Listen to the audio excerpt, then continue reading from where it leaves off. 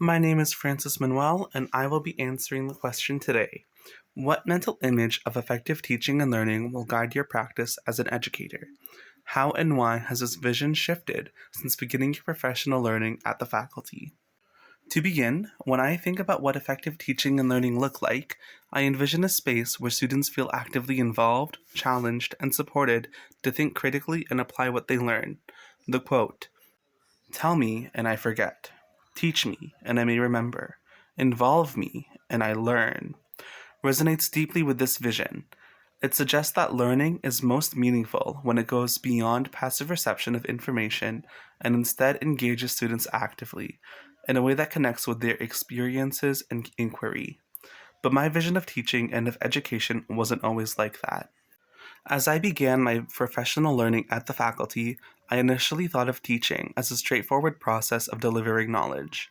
It may be because of my own experiences, where education was only ever done as a way to deliver information, so I wanted to rebel against it and give students the chance to develop skills through doing rather than through hearing or seeing, as in lecture style education, which in hindsight is also very little different from delivering knowledge.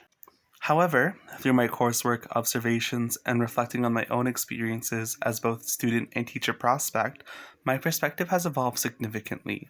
I've come to understand that true learning happens when students are part of the process, when they are not just recipients of knowledge, skill, or experience, but rather co creators in their education. The prompts from each week of my DLP reflect the shift of my old educational teaching and learning perspective. Particularly, the focus on critical reflection and inclusive teaching has influenced my approach.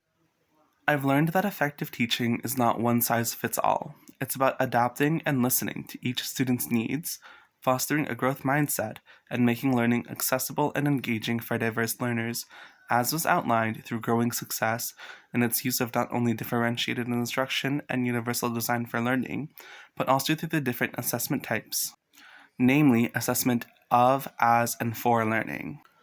A goal of mine now is to create that inclusive classroom, but one that goes beyond the popular belief of inclusion through the populace. An inclusive classroom isn't about meeting curriculum standards either. It's about cultivating an environment where each student feels valued and capable of contributing their unique perspective and experiences. Take my Foundations 2 Week 4 reflection when I was still naive, where I responded, "I will place a larger emphasis on Indigenous knowledge," when asked what my plan was to teach the importance of Indigenous history in school. In my plan, I did not acknowledge how nor why I would emphasize Indigenous knowledge, nor the impact that my potential students could have.